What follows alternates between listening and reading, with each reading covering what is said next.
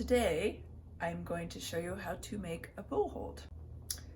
So it's important to really have your hand and all your fingers really relaxed. I like to tell my students to think of your hand as being Play-Doh so that you can really shape it, and it should be soft and not hard and inflexible, but it should be flexible. So start by draping your hand, your fingers over the stick of the bow with the creases of these middle two fingers, in other words, the back of the joints, being on the top of the stick. And the pinky should be on its tip on the top back octagonal side of the bow, on the stick right here, but not on the adjusting screw, not on this part, but rather right behind it. Okay, so I'll show you there. And then your thumb should go halfway on the bump here of the frog and halfway on the stick, and you'll have part of the grip also, the black rubbery part. And you want to make sure that your thumb is this joint is pointing outward like that and not collapsed. This will give you a better hold. You'll have more control with the fingers and more flexibility and ability to do things like this, like move around the bow. Basically, our hand acts as a rudder, like on a boat, to steer the bow in the direction we want. So the pinky is quite important.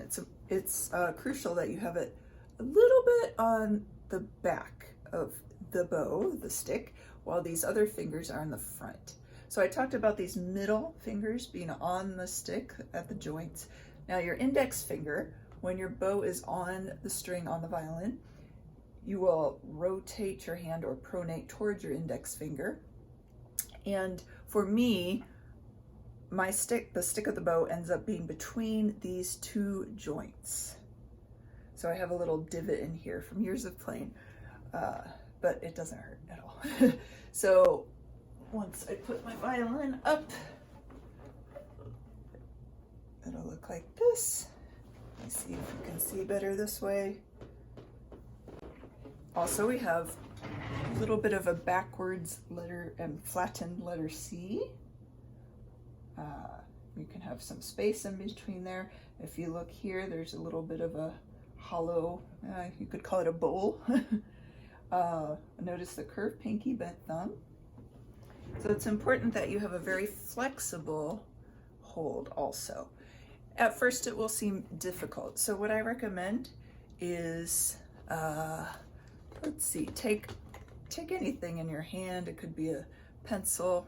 I have a bottle of cream. And just practice doing this. So it's really balancing on my thumb, and I'm moving it back and forth, up and down, pinky, index finger, like that. You can also practice lifting your fingers up, letting it drop, but still holding it.